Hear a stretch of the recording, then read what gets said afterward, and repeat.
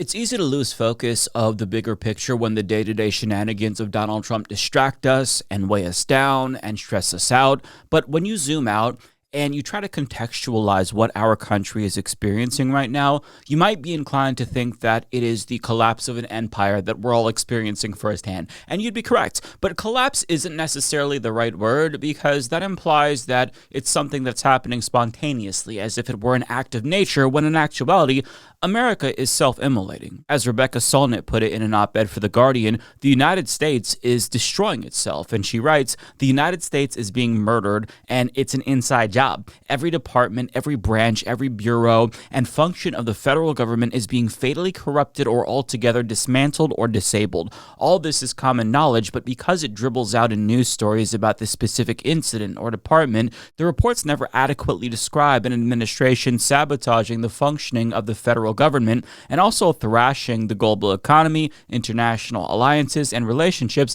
and the national and global environment in ways that will have downstream consequences for decades, and perhaps especially when it comes to climate, centuries."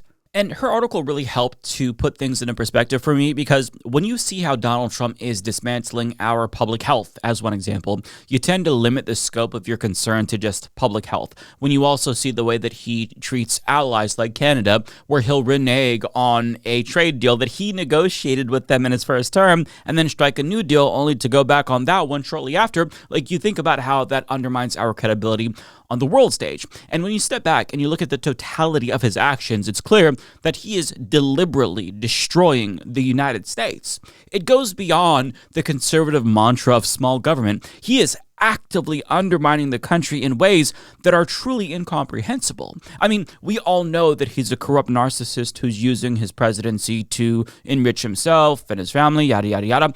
But that still doesn't quite explain his actions. He is behaving like a plant from a hostile foreign government who was sent to sabotage the enemy from within. Just take the last week, for example. So he announced this blockade of the Strait of Hormuz, I guess, to tell Iran, actually, we're going to be the ones to close the Strait of Hormuz. And as Politico reports, European allies were trying to figure out what the fuck his goal was, since he didn't tell them that he was going to do that, even though he said that they were going to be part of that joint effort. And Spain's defense minister expressed confusion, saying, since the war began, everything has been senseless. Nobody knows the reason why this war started, a war that was supposed to be quick. This is just another episode of the downward spiral we have been dragged into, and that they have tried to drag the entire world into. And other countries like France and the UK had to come out and clarify that they're not joining him in his effort to block the Strait of Hormuz, because they're not going to go out of their way to exacerbate the economic crisis that he created.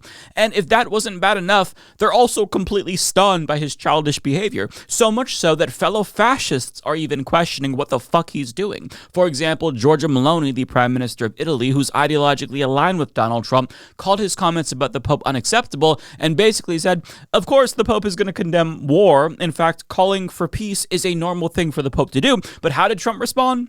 By lashing out. Mediaite reports, following Meloni's defense of the Pope, Trump turned his ire on her. Trump called his former ally unacceptable. In other words, he hit her with a "no you," repeating her words, and fumed that she is no longer the same person.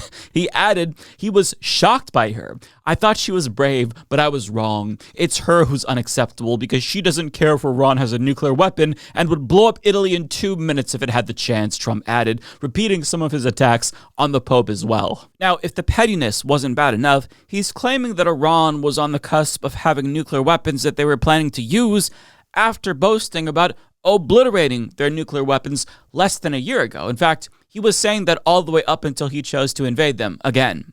And the way that he oscillates back and forth between narratives and denies reality so flippantly has undermined our government's credibility in irredeemable ways. And governments lie. Yes, that's not necessarily surprising, and we take everything what they say with a grain of salt. But there's a line between lies and outright hallucinations and delusions, and Trump doesn't just cross that line on a daily basis himself.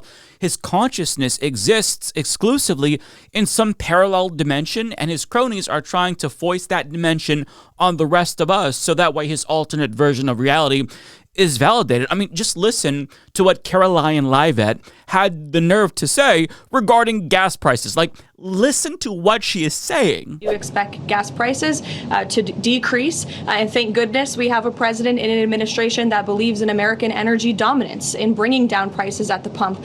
Look at how gas prices decreased over the past year since this president was in office. It's a stark contrast to the previous administration and Democrats in this city who believe in hampering our domestic energy industry. Look at how gas prices decreased.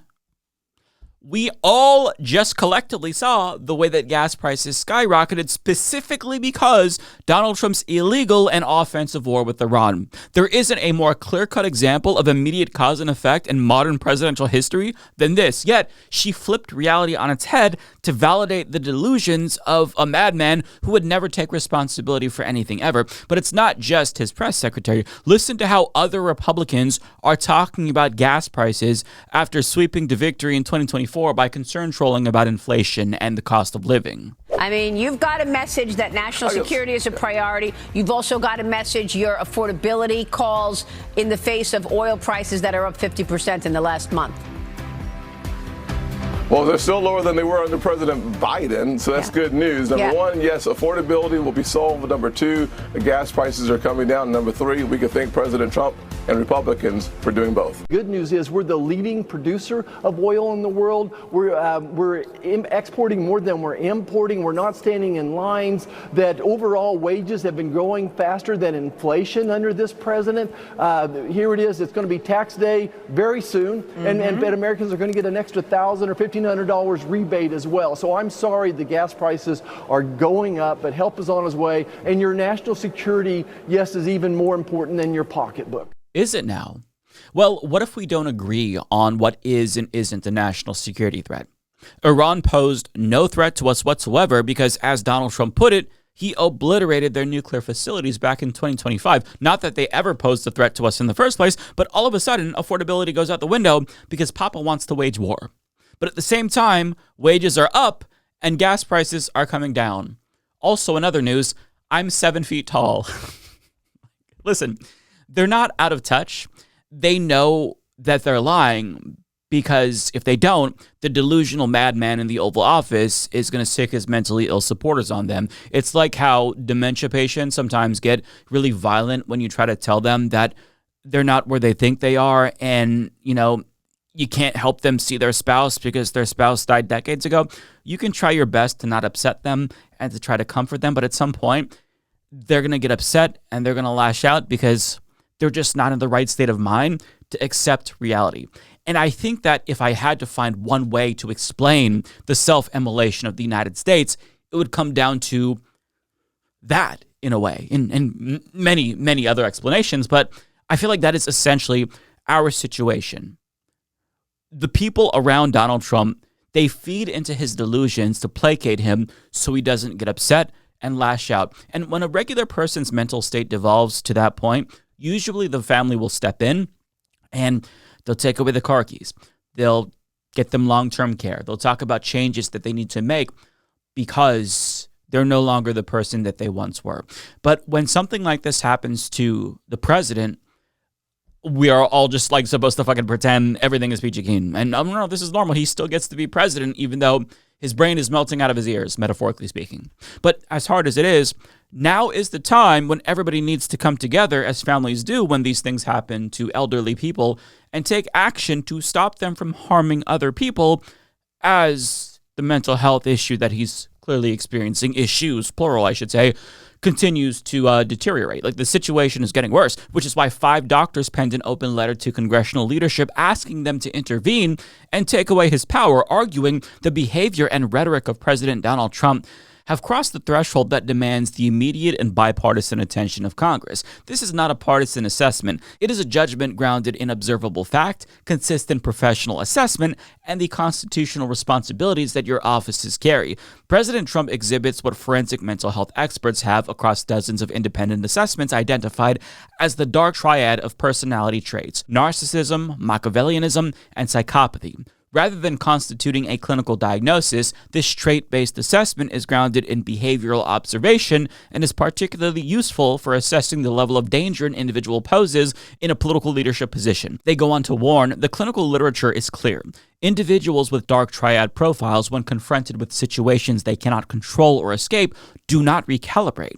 They escalate. The psychological imperative to relieve narcissistic collapse overrides strategic calculation, concern for consequences, and ordinary self-restraint. Rage surges to domination. Impulsivity overrides caution. The urgent need to extinguish psychological pain eclipses every other consideration. We are watching this dynamic unfold in real time. So just step back and think about how this looks to the rest of the world.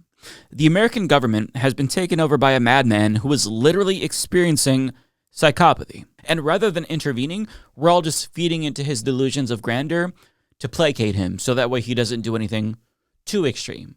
But I mean, look, I can't just blame Americans because this is how the rest of the world is behaving as well. Think of the FIFA Peace Prize. They made him a fake peace prize that he accepted like a fucking child because they knew that that would keep him satisfied. Like, that is some baby brain shit that the world is tolerating because of who we chose to elect in the last election. And no matter how detached from reality he becomes, the problem is that nobody expects the grown-ups in the room to step in and say enough is enough, because there are no grown-ups in the room. That's the problem.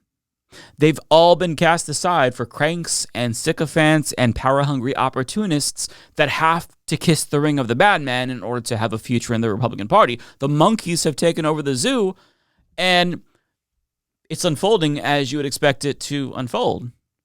But the longer that this goes on, the worse it is going to get. As we've seen, it's gotten a lot worse in just the span of a year.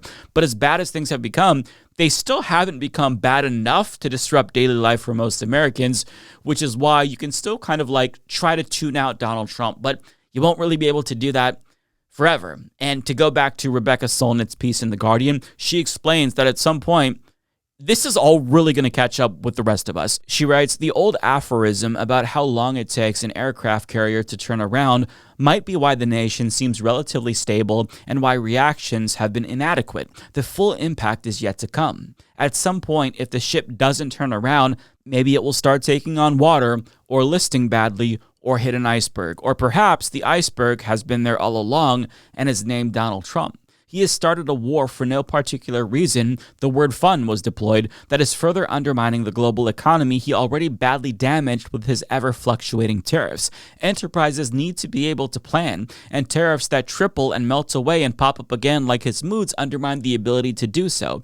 In much the same way, threats that aren't carried out, talks that never took place, administration actions that the courts reverse become forms of political whiplash, jerking everyone and everything around, a show of force that is also a show of incoherence and inconsistency. But the offensiveness may be a distraction from the destructiveness. A whole sector of mainstream media now functions as spirit mediums attempting to interpret Trump's actions to try to fit them into the context of competent leadership and coherent and consistent agendas. If there was a coherent agenda, it would be a destructive one, a malevolent one. So think about it this way.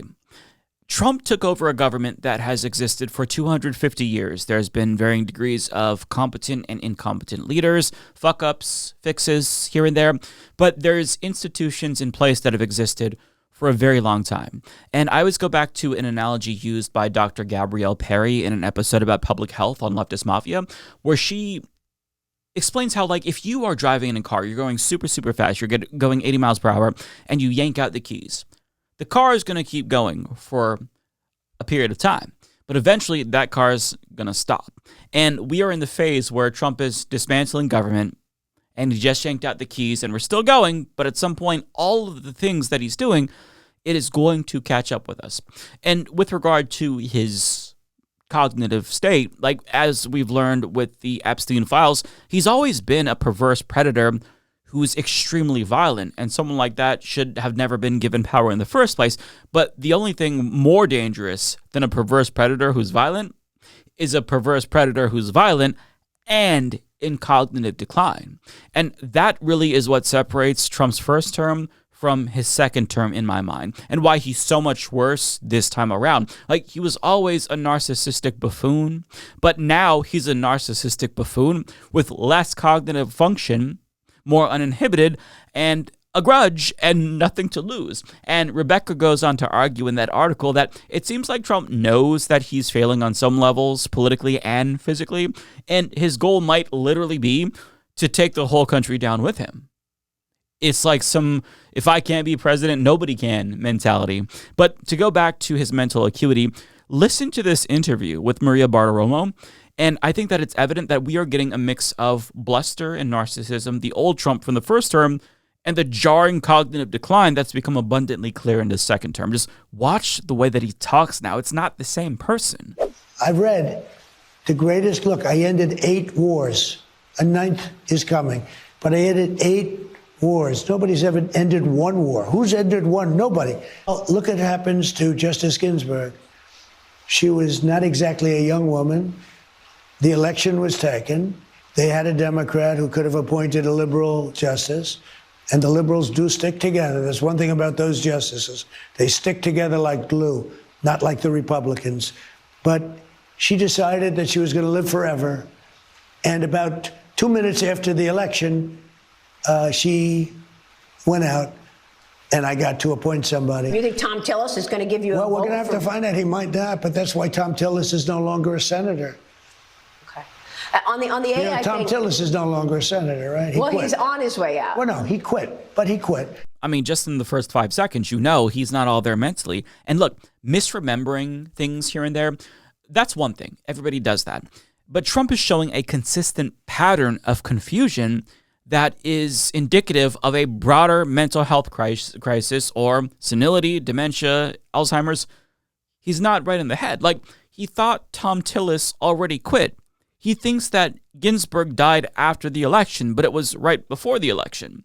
And he thinks that nobody's ever ended a war before, I guess. I don't even know what the fuck that means. Like, Biden just ended the war in Afghanistan last term, but I mean, even if he's forgetting that and doesn't want to give Biden credit, he's so far gone now that he doesn't even realize how stupid he sounds. And he's never had self-awareness, but how do you come up with nobody's ended a war before, so we've just always been in a perpetual state of war forever?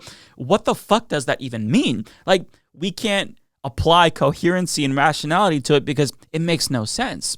And he's also delusionally claiming to have ended 8 wars and apparently adding a 9th to that list, which I'm assuming includes Iran. So he's prematurely giving himself credit for ending a war that he decided to start, as if that's some fucking accomplishment. And it's hard to tell if that's the narcissistic part of Trump that's always been there or the cognitive decline. And it's getting increasingly difficult to discern whether or not we're seeing just more Trumpisms that we've become accustomed to with time, or more proof that his brain is indeed melting, because, again, he's always been a huge fucking idiot. In his first term, he was talking about injecting bleach to cure COVID, and he wanted to nuke hurricanes. But now he apparently thinks that diet soda kills cancer, and Dr. Oz, of all people, is going to explain the logic of his thinking. Your dad argues that diet soda is good for him because it kills grass.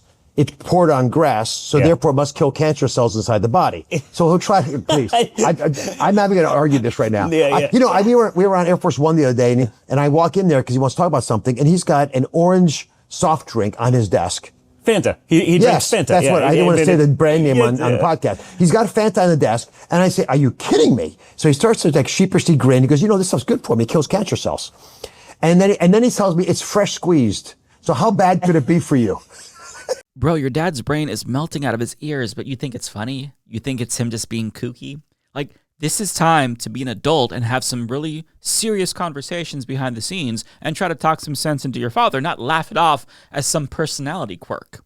But having said that, I don't know if this is more evidence of cognitive decline or the usual stupidity that we've come to expect with Donald Trump. Whatever the case may be, the line is getting increasingly blurred, and we're seeing this dangerous combination of stupidity and cognitive decline. Either way, he is mentally incapacitated, and he should not have that much power. It is irresponsible to let somebody who is that far gone have this much power. But it's all one big joke to these fucking people. And the ones closest to him that are actually smart enough to know better, they're never going to intervene because that would stop their own political ambitions. And, I guess that they're their goal is to be the president of a country that's just like rubble. Like, I don't know what the end game is for these people. So I guess we're all just supposed to watch in horror as this violent nursing home patient sabotages our entire system of governance and the entire world. And even though Trump's cognitive decline is obvious, he still has some agency left. And with that agency, he is doing everything he can to destroy this fucking country and the world as well. But it's not just the choice that he's making. He's not the only one choosing to self-immolate. We are all collectively choosing to destroy this country by letting this go on. Also, the Americans who voted for him, they share culpability because there were signs that he was mentally unfit, and they ignored them for reasons, because they thought that he would bring down the cost of eggs, because when has he ever lied about anything, right? But no matter how desperate and disillusioned people around the world get with their governments, I still think that a material analysis and political analyses apply. You don't see them that often go out of their way to commit what can only be described as national suicide. I mean, Italians also really wanted a fascist in the last election, but they managed to find one that can at least form a coherent thought and doesn't shit her pants on a daily basis. And I'm not trying to sanewash other fascists around the world because they are indeed stupid and evil, but my point is that what we're experiencing with Donald Trump is so far outside the bounds of normality that it's typically only seen in fiction. Like, we're talking some King Joffrey Bond villain type shit. So to the rest of the world watching in horror at what's happening to the United States and what we're doing around the world, please understand that a lot of us within America are just as confused as you are. And I really think that future historians are going to be just as perplexed as we are now, even after they've had centuries of debate and analysis, because no matter how hard they try to comprehend the sheer insanity of the Trump era, they'll never truly be able to understand why so many Americans decided to subject themselves and the rest of the world to this absolute fucking nightmare. Do yourself a favor and click the join button on YouTube to become a member. Because Mike's doing a great job. Getting to watch his videos before everyone else is tremendous. Many people are saying this. Join today, folks. You won't regret it.